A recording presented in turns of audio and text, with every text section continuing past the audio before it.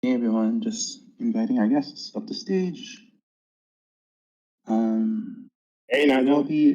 Hey Loren, nice to hear your voice. Let me Yes. just find Robbie. There you go. And then let me Jon's also already.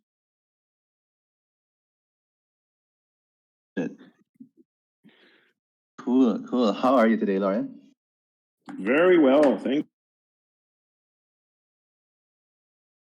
you. Hey Jon. Nice to hear you as well. Yeah, you too. Is my volume okay? Everybody hear me all right? Yes, it's perfect. Thank you very much. Robbie, can you please?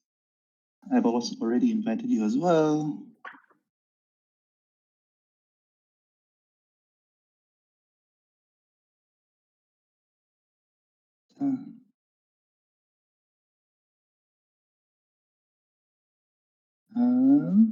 I see we have quite a few PlanetQuest community members in the audience. That's quite a lot. Hello, can people hear me? Yeah. Yes, hey, we can hear you, Robbie. Awesome. Here. Okay, cool. Hey everyone.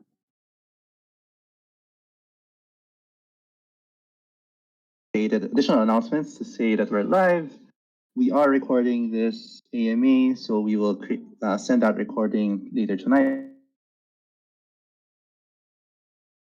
Questions, please put them in the community events text chat. I want to ask, so we can find it easily later. The host for today will be our very own Robbie, and we'll be talking to Loren and Jon from the PlanetQuest team. I will leave the introductions of these two very special guests to Robbie later on. Now, with that, I will pass on the spotlight to Robbie. Please take the show. Hey everyone, welcome. I'm really thrilled to spend some time with Loren and Jon today. They're up to some really exciting stuff, as I'm sure you know. And for those of you who are coming from the IMX community who may not be familiar with them yet, I would love to share a little bit of their background because it's probably not your average crypto founder games background. So I think, Loren, Jon, correct me if I'm wrong, but this is your first public appearance talking about PlanetQuest. Is that right?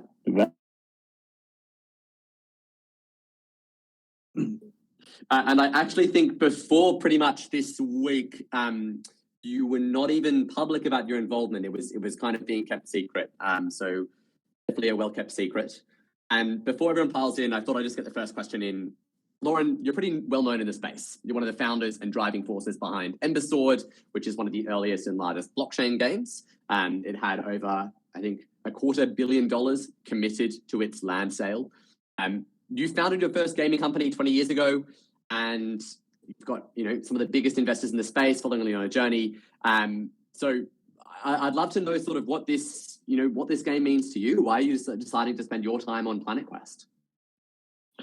All right. Well, I mean, I think if you're asking me that question, Robbie, it kind of cuts to sort of the heart of what I tend to be about, which is that, what gives me tons of energy is to bring really great people together and essentially help them realize, their vision and their dreams for something new. And what excites me about PlanetQuest was very much like, much like sort of my journey with, the team at Ember Sword started 4 years ago with, friends gathering around a sort of virtual this also very much started as, me sitting down in Hollywood, right? And talking about, what is the next steps for the evolution of this space, and will we see, for example, for the first time, full entertainment properties the size of Marvel and Star Wars beginning to erupt from a video game, right? Because it's that interactive medium, and how can we make that medium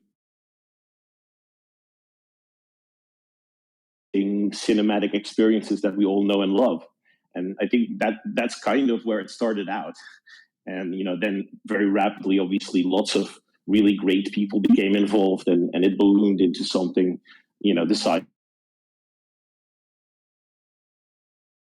In Marvel and Star Wars, because Jon, I'm pretty sure you've worked on multiple AAA games and also 8 blockbusters. I think you worked on Star Wars and Marvel, if that's right.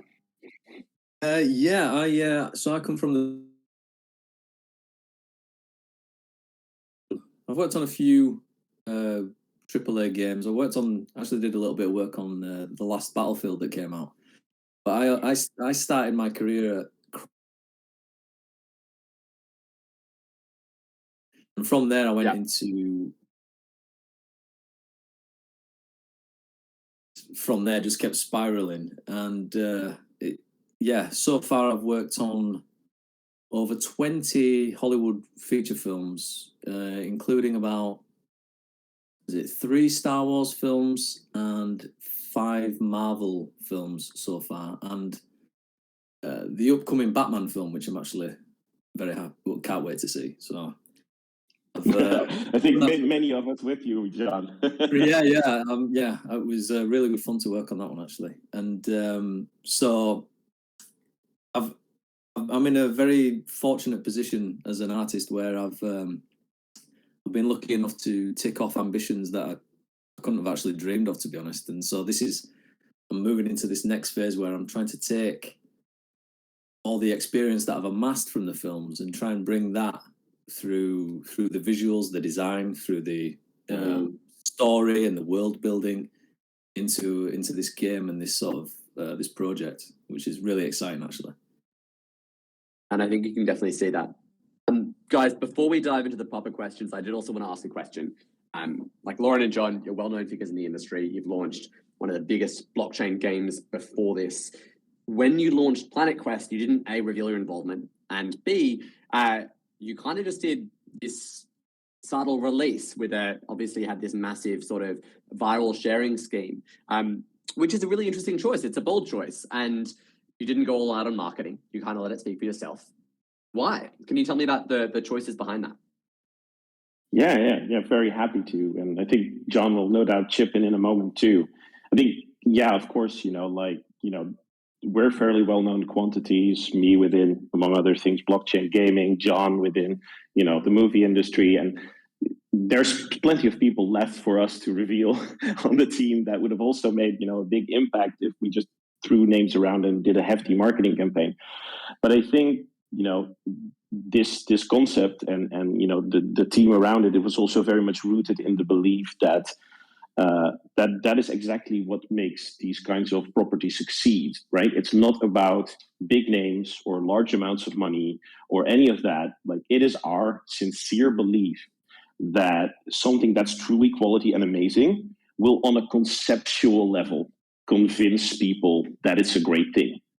And we really sort of, in that sense, put our money where our mouth is. And chose for this type of launch where we were just, we were really just focused on telling the story of this is what we want to do and accomplish. Now, please look at it and experience a tiny little flavor of it, right? And our belief was when people see that will be enough. And the audience will sort of self-select, and the right people will start inviting the right people to join, and we'll build a really amazing community. And for those of you that aren't familiar yet, that paid off in spades. It's been an incredibly insane ride. I think very humbling for the entire team even, to see that like in 2 days, the first 100,000 community members flooded into our Discord. And it's been just an amazing ride since, with them voting on storylines and participating and creating community events, and yeah, that's been just absolutely fantastic. I don't know, John, if you want to chip in there, but I think this is pretty much a principle for us, right? Yeah, I can expand. I'll expand on what you're saying there a little bit as well. Like Loren is exactly correct in that, in a way, it's a test of the proof of concept. Can the artwork and can the vision, is it coming across strong enough to connect with enough people? And like as Loren said, it seemed to really connect, which we were very, very happy to see, as you can imagine. But I'll give you a little anecdote about what I mean by that. Is that one of my favorite cinematographers in films is Roger Deakins, who is a master of cinematography and has filmed some of the best looking films ever made. Now, I didn't know that he was the cinematographer with Denis Villeneuve on Prisoners. And I went to see Prisoners. And I remember sitting in the cinema watching it. I was thinking, man, that's a beautiful shot. And again, later in the film, I was like, man, this film looks amazing. Like time after time after time. And it was only in the credits that I saw, oh, it's Roger Deakins. And I was like, so he proved his worth without me seeing his name. Does that make sense? It stood up for itself, and then it was like backed up by, oh, it's the master himself, and I didn't know it was him. And that's sort of like vaguely the mentality that I was trying to go down, where can the artwork and can the music and can the atmosphere sell the project on its own 2 feet without anybody saying Star Wars, without anybody saying Marvel? Like, will it connect? And it seemed to really connect. So it was very, very inspiring to see. It kicked off big time. Does that make sense? Completely. And those stats on Discord numbers are absolutely insane. In fact, I think there are very, very few projects who could claim to the same numbers. So I think it was definitely a successful strategy, guys. And one more thing I'll add that's really exciting is tomorrow, PlanetQuest is going to be releasing their white paper. And so today, Loren and Jon are going to be sharing a little bit of alpha and delving into some questions and revealing some things that up until now have been secret. So please, in the chat, post questions you want to know. No question is too bold, although I'm sure these two may refuse to answer some. And let's get started. So I think let's start with the one that everyone will be asking about. What is this game going to be like? Is it web? Is it console? What is the gameplay going to be like? Okay, yeah, I'm happy to delve into that a little bit, of course, and we've let go of a little bit in our FAQ, but maybe we can delve a little deeper today. As a game, first of all, it's starting out as something that can run directly in your web browser, but obviously it's also something we can take to native clients in PC and mobile. It's something to do with the fact that we want to lift as many barriers as possible to allow people globally to enjoy it. Now, delving maybe a little bit deeper into the gameplay, and bear in mind, obviously, we're not there yet, right? It's going to be a while before we start showing that end of things. We're currently just at the stage where, and then we'll delve into that a bit later, I'm sure, where we're getting ready for our first Planet sale. So if you look at the gameplay of what we're building here, it is essentially a game of exploration and survival that takes place from the type of perspective that you would have in what's typically a MOBA, like Dota or League of Legends. But at the same time, it functions more like a shooter, complemented with abilities. So it's almost, to some extent, although still very different. You could say that in terms of abilities, it has elements that one would remember from games like Overwatch. The notion of deploying shields and or a Team Fortress cloaking, things like that. While it's played from a more top-down perspective, and the game basically sees players teleport their way down onto vast amounts of completely unique planets where they'll be going on missions either cooperatively or in a versus mode where they're competing with other factions that have also landed on this planet. And they're vying to find these incredibly valuable artifacts, which are also NFTs. They're looking for quantum, which also happens to be our ERC20 token, but it's essentially the most valuable resource in our universe. And if you look at maybe because this leads into more questions, no doubt, right? And if you look at how is it experienced from a point of view of sort of customization? Are there characters? Are there classes? Things like that. Actually, the whole sort of configuration of how you experience the game is gear based. So it's what you equip that determines what type of role you'll play. So before going down on the planet, it might be helpful to kind of synchronize a little bit over who is going to, if you're going as a team, who's going to be, dealing with heavy weaponry or versus who is, maybe going to go do scouting duty. So that I think touches on a lot of elements, and some of which we haven't really revealed yet, and I'm sure we'll give rise to some questions later on in this session. Yeah, that's awesome to hear, Loren. And Jon, anything you want to add? Yeah, I guess what I would add to that is like from the art and the design sort of standpoint, one of the exciting things about this project for me is the differentiating the three factions and the three sort of cultures in every conceivable aspect between these factions that we play as in game. I always love like the way, like like my crude example is like in Street Fighter, how is if you do a special move, there's always like a sort of balancing move on from any other player that would neutralize that. So there's that balancing aspect. But from a visual standpoint, it's like we are pushing the contrasts and the differences between these factions as much as possible.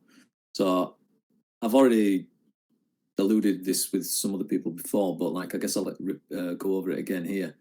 Is like, for example, so this is like a very sort of still 30,000 foot sort of top tier level idea in terms of weaponry. But let's say, for example, where one of our factions, which is the Empire, the idea would be is that their sort of science fiction would be that they've mastered things like quantum technology. So maybe they can create a black hole instead of a grenade. So there's like these atomic warping kind of designs to the way that they fight. The Federation would be probably based more in what is quite familiar to us in sort of like laser blasters, holograms, and nanobots and things like this, because they're like this sleek sci-fi. And then in the Union, they may be like the traditional like artillery, like actual bullets and actual grenades and explosions and things like this. So because they're like more resourceful and more scrappy kind of. So there's these really. There'll be these very strong visual motifs between the factions, right down to the weaponry. Not only like the gear, the suits, but like the weaponry, the way that looks, and the way that manifests in the game, which is what I love the most, is world building these different cultures.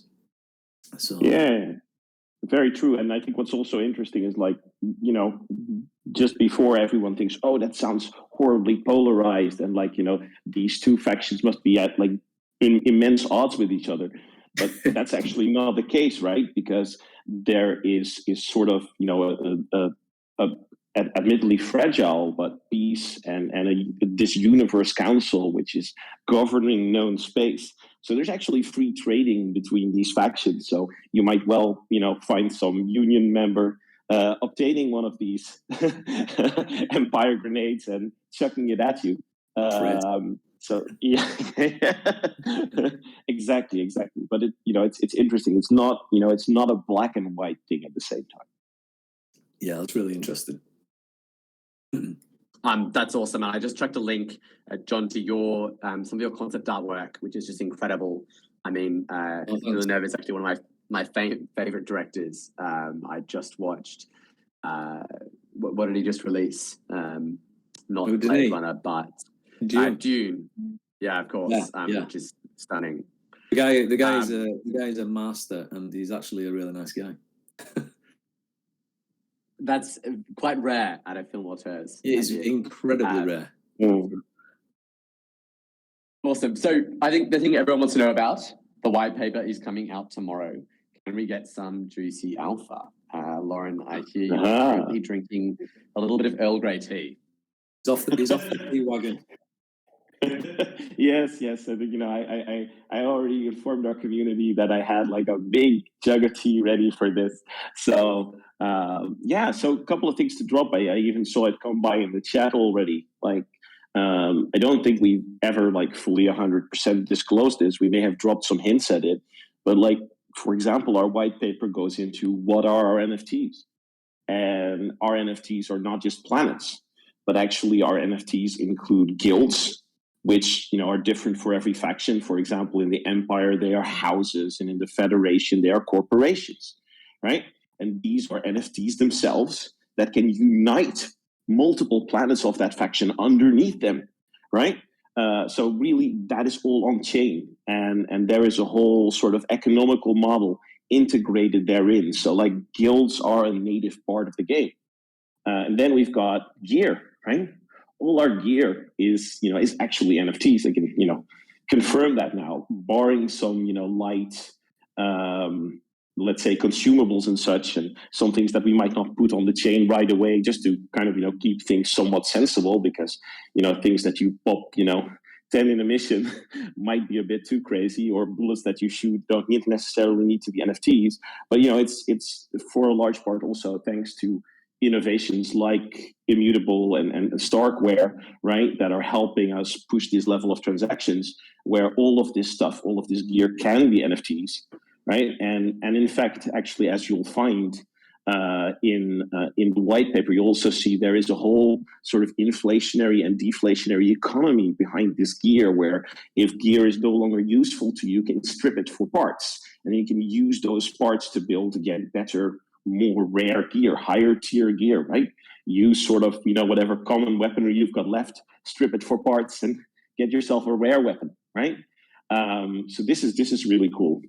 I'll delve a little bit deeper just because I can, right? Like, it even goes so far as that the lending out of gear, and we'll have some really cool announcements, partnership announcements and things on that soon. The lending out of gear is built into the game. So you can literally say, oh, I'm not using this. Why not let the game lend it out to people in the, in sort of the universal armory? So that's actually a really cool notion that also allows us to bring people into the game and have them use actual NFTs without actually having to go out and buy them, and use the earnings from what they're doing in terms of tokens to then get their hands on some of their own gear. So that's definitely something I think, like, these are very, very key points. And then the fourth thing, which we've hinted at occasionally, and I now do want to reveal that a little more before we go, and release the white paper, at which point you'll also see that is artifacts. Our sort of fourth category of NFTs are these artifacts that are left by this sort of long gone mysterious alien race. And they are actually also where we first found this quantum, right? Quantum is sort of the energy that powers them, and is around wherever this alien civilization has been. And they've been in a lot of places, apparently. But these artifacts, they are very, very special. And, oftentimes you would never find a whole one. You might find fragments thereof that you can later assemble into one, because these are incredibly valuable and incredibly rare.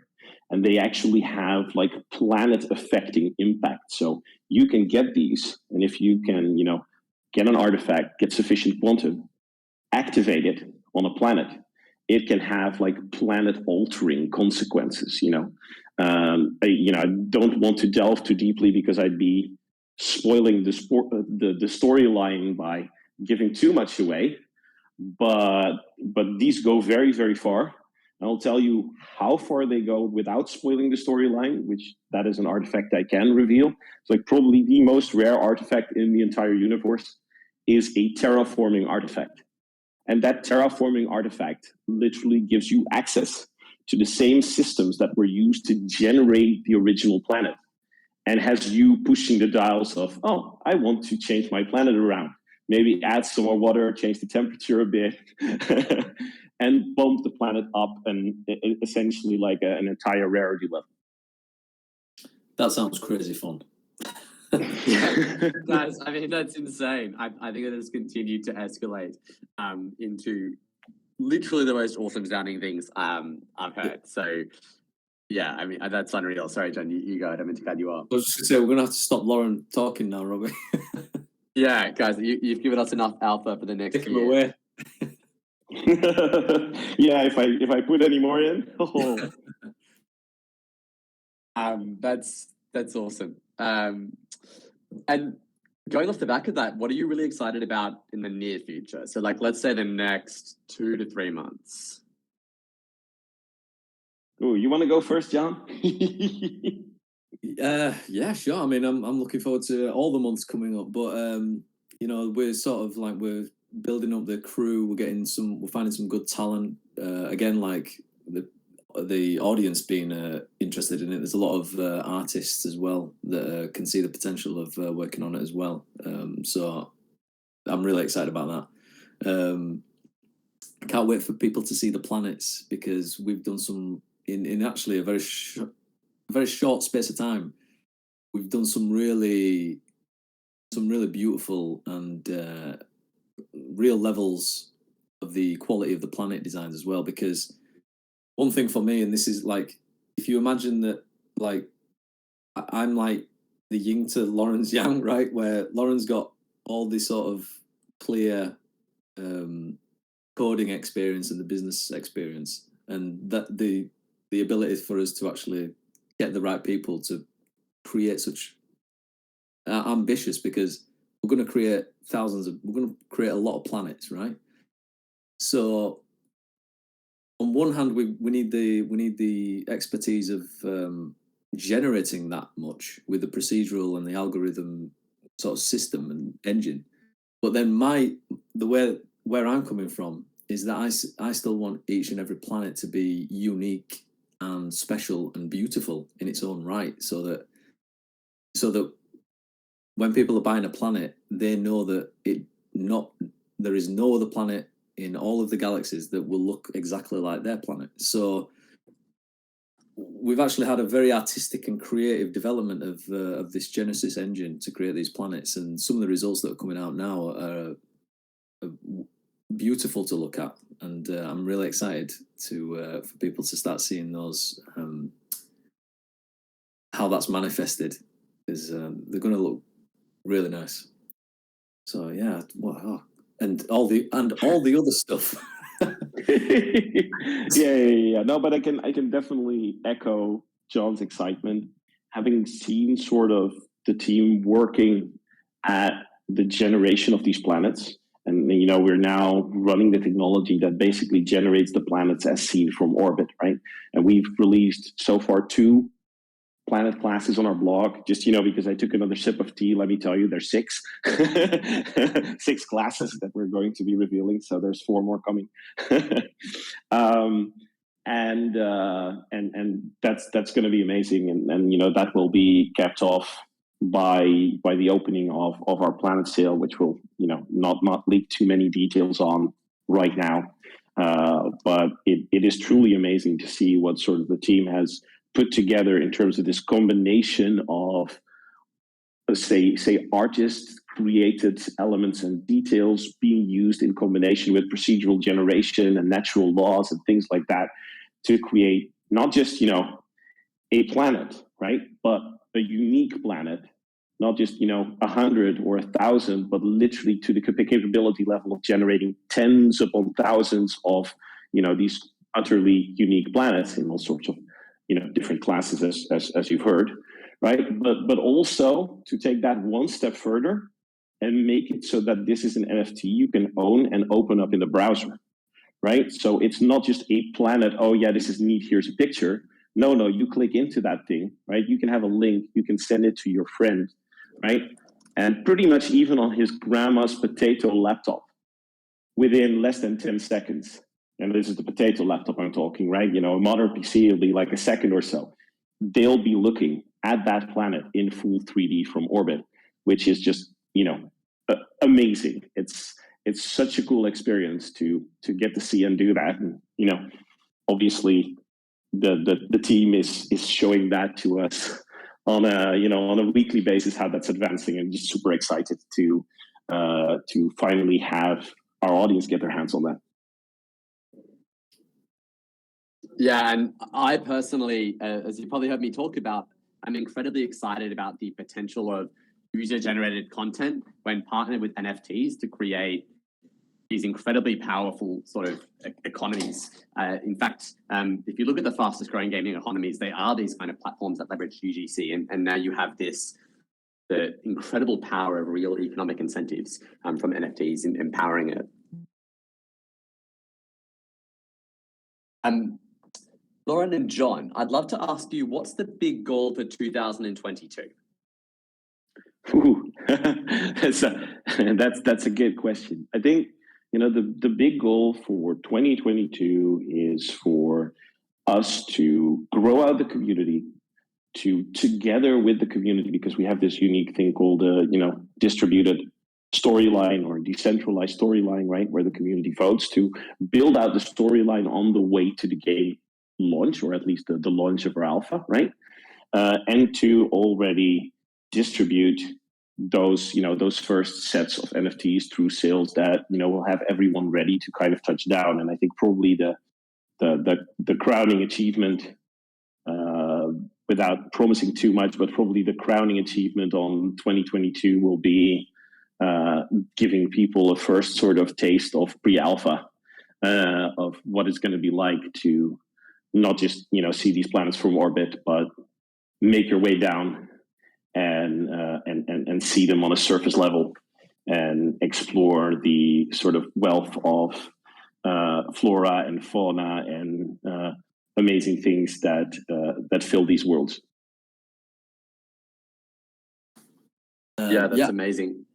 I would on a bit of a tangent, on a bit of a side note, not only everything that Loren just mentioned there, obviously, but like from the art side of the world, by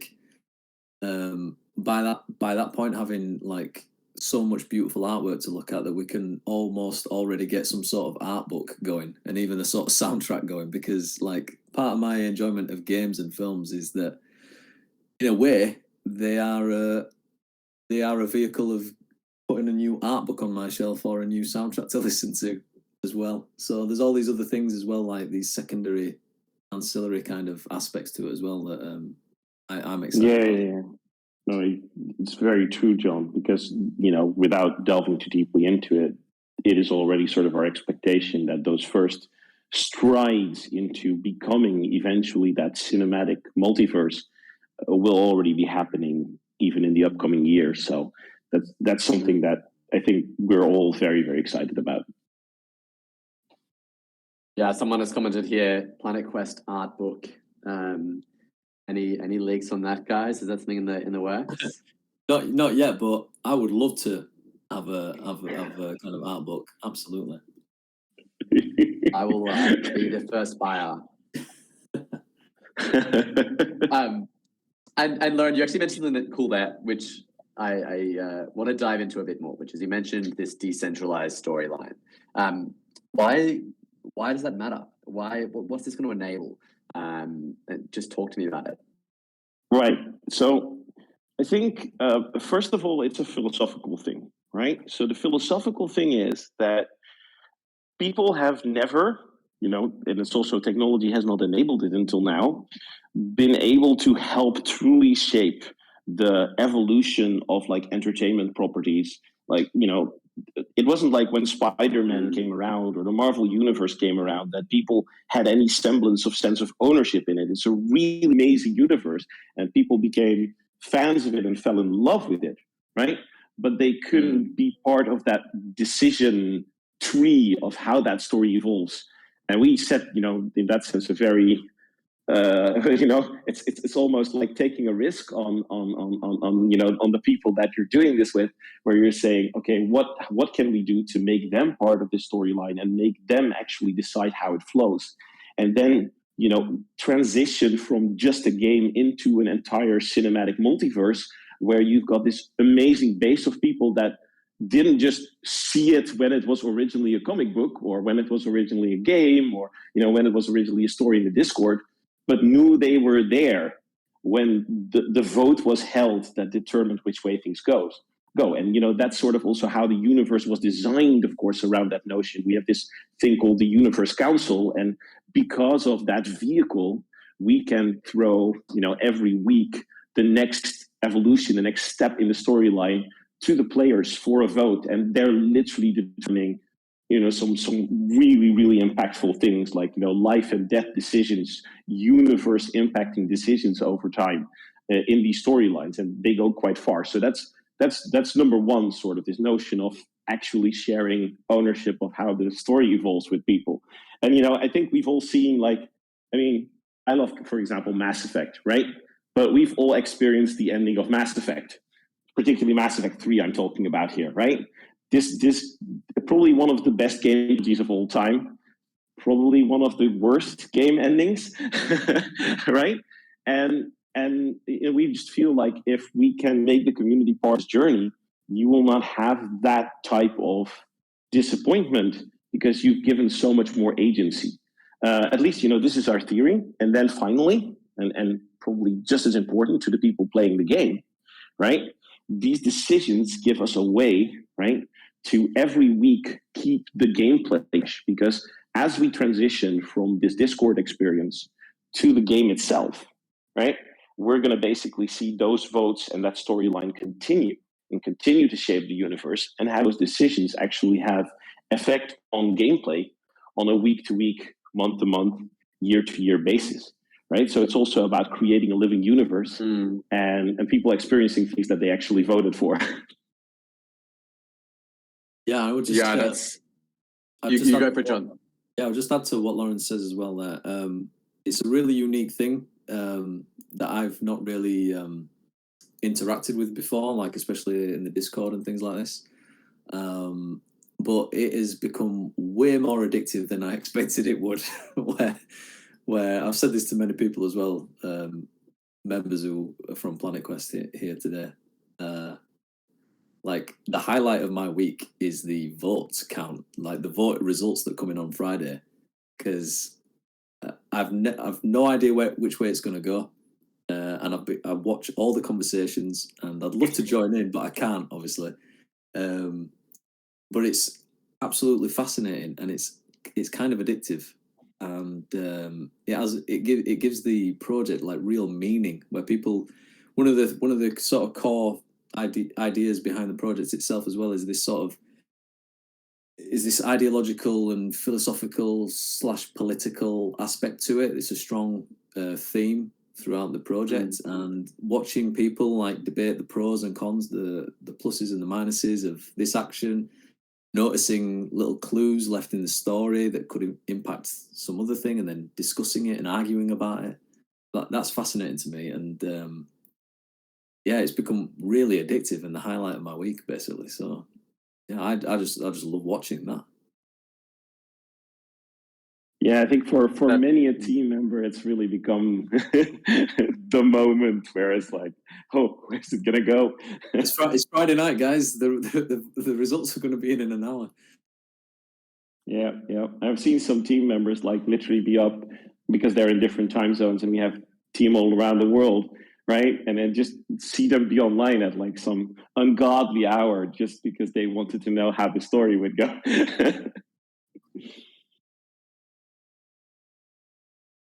That's awesome to hear, guys. I think there's been a ton of questions from the community. I have like 40 in this document right now.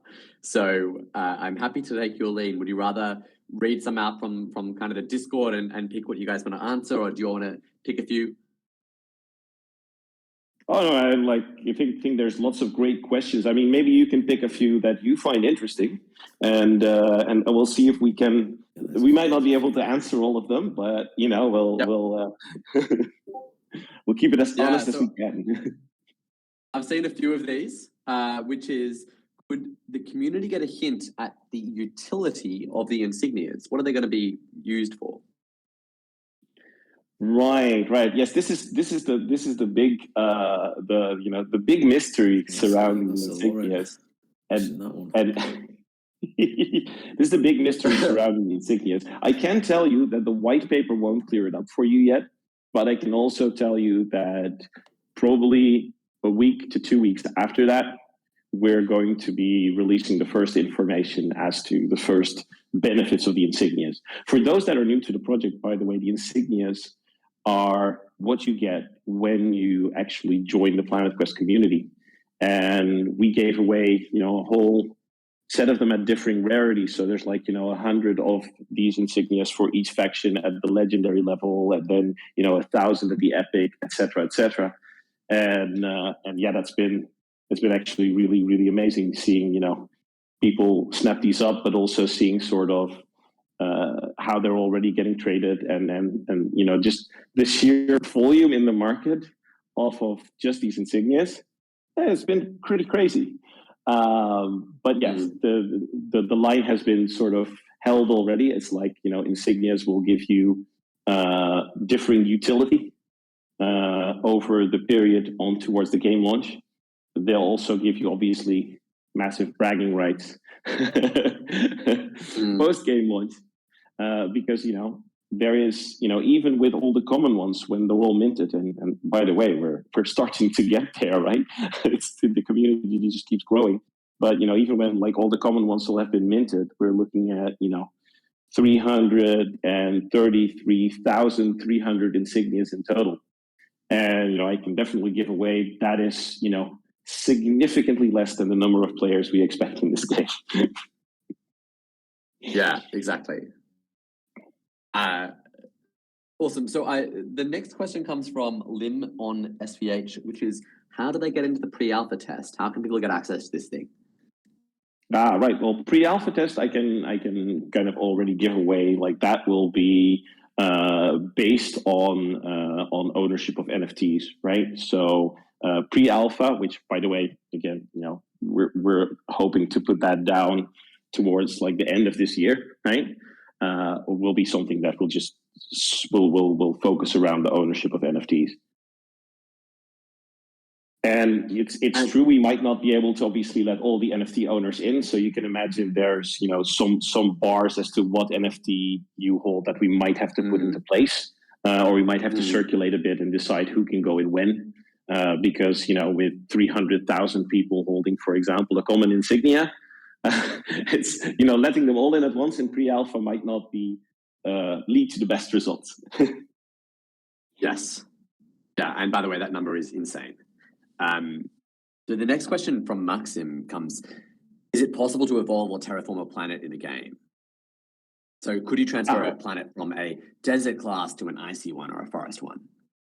So we will, the classes are pretty determinate, right? So whether or not you might be able to go cross-class with a terraforming artifact, that is a decision we haven't taken yet, to be honest, right?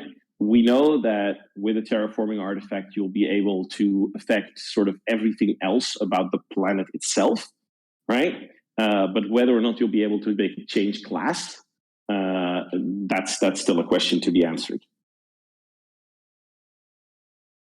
But first you'll have to get your hands on an actual planet terraforming artifact, and I mean, we're really, really talking something extremely rare here. So I don't want to, I don't want to. How rare? How rare, Loren? How many of these things are there going to be?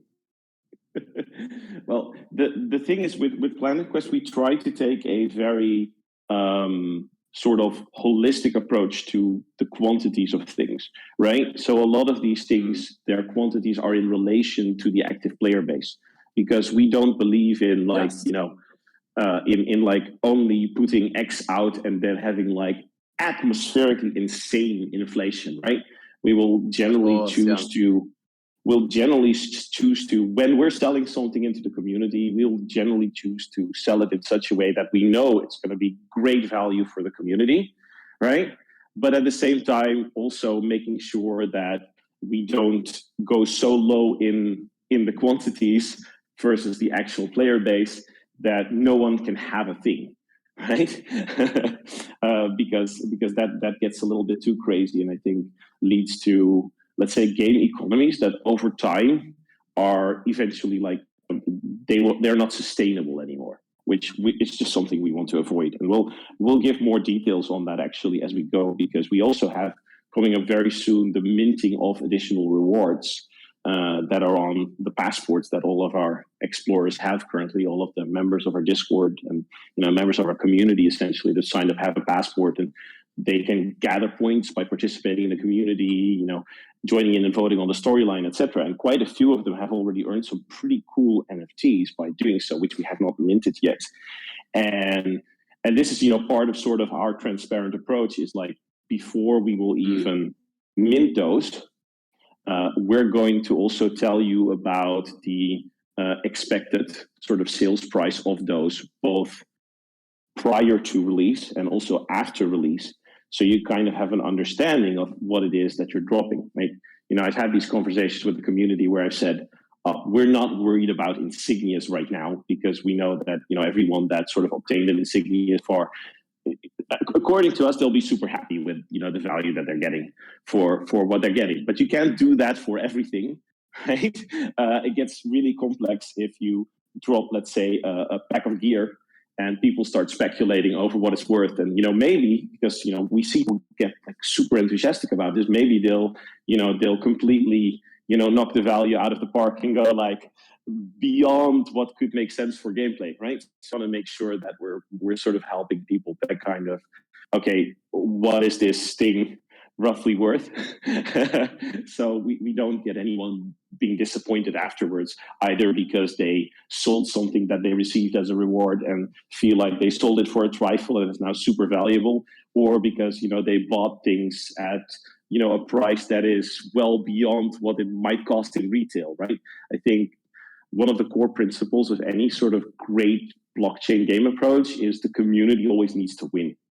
And that means, like, when you're getting in, you're becoming a part of the game, of the universe, of the process, right? And that means we need to help you get in such a way, especially people that are getting in earlier, et cetera, help you get in such a way that when you're getting in, when you get the opportunity to get in, because there's oftentimes way more demand than there is supply, right? That getting in a good way is generating value for you.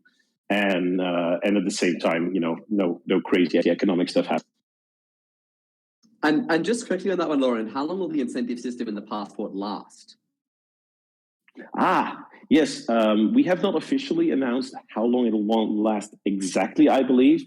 But our expectation is that it's still going to last for quite a while, right? So we've definitely, I won't say that it will last all the way till alpha release, right? There's going to be some point where we'll announce, okay, this is the point where we will flip that off, right?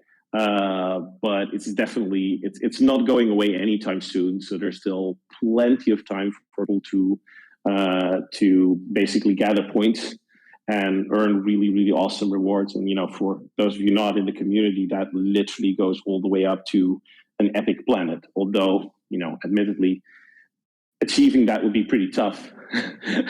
But there's some very, there's also some rewards that are just, and this was kind of also our way of sort of making the community part of this journey, right? There are enough rewards at a level of like points that is achievable by any community member that is just participating, voting, being helpful in the community, etc., that at least everyone who's part of this community now and joins this community in the next quarter or so, right, they could already have sort of the basic gear they need to play the game, right, all to themselves, just because of being part of the community and contributing and adding value with these other community members. And I think that's really cool. And to be honest, I think we, like, even if we weren't doing this type of approach to things, it would still be just as crazy. I mean, we announced with barely hinting at some rewards that, because there were so many people asking us if they could help in some way, because we just get lots of like community volunteers that do awesome events and other stuff. We couldn't almost track it anymore, so we had to set up a program for that, It's just our ambassador program now, and set that up and then announced it, and the community team did a good job on kind of putting that up. But one of their choices was like, oh yeah, let's just do a Notion form because we can probably handle this manually. I mean, it's probably going to be like a few hundred people, right? And then in a few days we had over 3,000 people volunteer to become ambassadors and create content, and it's amazing. They've been we literally community members composing music, making video about PlanetQuest, making kick-ass memes, translating into countless languages. Literally everything we put out is being translated to Russian and Japanese and so many other languages. It's just been amazing, and it's all just because of community enthusiasm, right? And all this started happening before there was even any reward for these people in doing this. Just they loved what was being put out, and they wanted to make sure that those members in their community that didn't speak English would also have access to it. Yeah, I think I would add to that as well, saying that I've never seen anything like this before, where the community has been so engaged and also contribute and create essentially a subculture in itself of PlanetQuest, where it's becoming its own organic culture, with so much goodwill and inspiring ideas, like the amount of creative writing that's already been done for it, just because people are inspired by the concept. And as Loren says there, original pieces of music that people are inspired by, and artwork, and some genius memes, by the way, which kill me. So yeah, I've never seen anything like that, and that is really heartening to see that, and it makes you, it shows you that you're doing something that is connecting with people on an emotional level and giving some meaning into people's entertainment, because it's bringing lots and lots of people and new friends together, which is always healthy and inspiring. So it's amazing to see, really.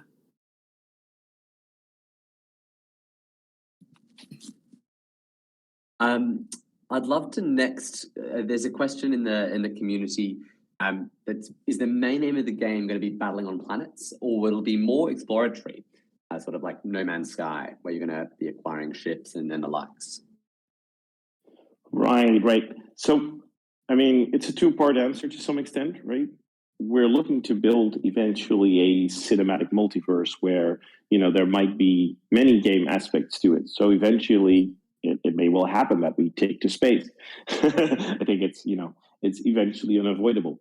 But there's also, sort of the shorter term of what are we building now, right? And what we're building now is very much focused on sort of these away missions, if you will, on planets, right? That sport sort of a blend of exploration, survival, discovery, but also obviously a fair amount of conflict as you go. And that's really sort of the core, the meat of the gameplay, if you will, right now.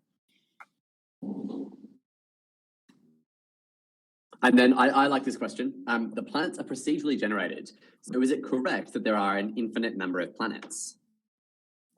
Well, certainly we have the capability to generate an infinite number of planets, but the number of planets will very much relate to the size of the player base. So we have some plans and objectives in mind as to, for example, likely before this year is out, we will put out enough planets to sustain a player base of around 300,000 players when we launch. But then, afterwards, there'll probably be far, far more players that want to come in. And so at that point, essentially, the ability we have is to generate new galaxies that are discovered as part of, I won't get too deep into that, otherwise I'm I'm ruining plot lines and Sorry, Loren. yes, yeah, exactly. No, yeah, cut the mic. No, before Just ignore me. members in our team and our lore writer and other people kill me over it. But the reality is sort of like we have this capability to open up new galaxies as there is need for home planets for these players. So that's kind of how we will scale things out as we go. And it, at the same time gives us a good level of control to make sure that for the amount of players that we have, that they're having a great gameplay experience, and that we don't need to like rush and scale beyond that too quickly. That people will maybe have a lesser experience because we're onboarding too many people too fast. We're more about making sure that everyone who comes in has a great experience, and less so about making sure that we can immediately just pile in 10 million people.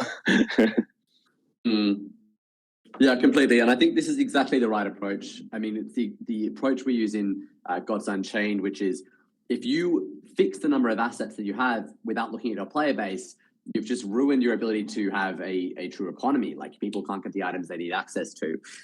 So I really appreciate it, and I think that's the right approach, guys. I think we're nearly up time, so I wanted to leave it with you both. Is there anything else you want to leave the community with today?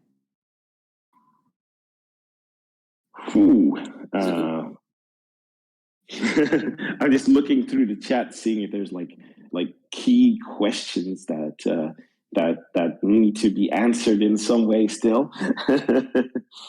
But that's probably my tea talking, right? So I should be wary and not give away much more. I think like from my end, it's just few notes, like seeing sort of the community and how it has grown and gotten so involved into what we're doing, and seeing sort of the dynamism between the team and the community that we've built is just a really, really great thing. I think Jon touched upon it. It's super heartening, right? And I just wanted to express that to all of you, because like my passion is obviously bringing together really great people and like helping them, supporting them to change the world in some way, right? In this case, by bringing a whole new sort of class of gaming into it, with a whole universe to boot that's going to go far beyond it. And it's really great to see that sort of engine to start running, where the team that's been put together is feeding off the energy of the community and vice versa. And that's one of the things I find so super encouraging about this space in general. It's just yes, this space is still young, right? And there's going to be traditional players that are going to come into it and maybe make some mistakes in how they're treating it because they don't quite understand it yet. And there's people that don't understand this space yet. But for those that already do and are already part of it and kind of see sort of the inevitable conclusion of where this is going and how many great things that'll do for us all, this is such a can be such a warm and amazing and welcoming space. And that I think is one of the things that helps sort of drive teams and drives people like Jon, right, to want to literally like pack their bags off of Hollywood and working on Batman and and Star Wars and Marvel, right, and go where they can create sort of almost in the public eye, together with a community that is also understanding of sort of that process. And it takes very good community management to make sure that you communicate well about it. But I think when you do, it's so empowering. It's so different from just being part of a machine that has to output a product and then throws it out there to the people, and boom, that's it, right? And there is zero value sharing with the people in the community, and there's sort of zero co-creation. And I think that's probably what I leave on as a note on my end, that has been so super encouraging to see. And I hope to just continue to see that build as we slowly begin to take over the world of traditional games and movies and comic books and TV series and over the world, Loren. just world. Yeah, Exactly. I would echo all of those sentiments. Obviously, for me, it's the amount of goodwill and the amount of trust and the amount of positivity that is organically coming from the community itself, and within the team as well.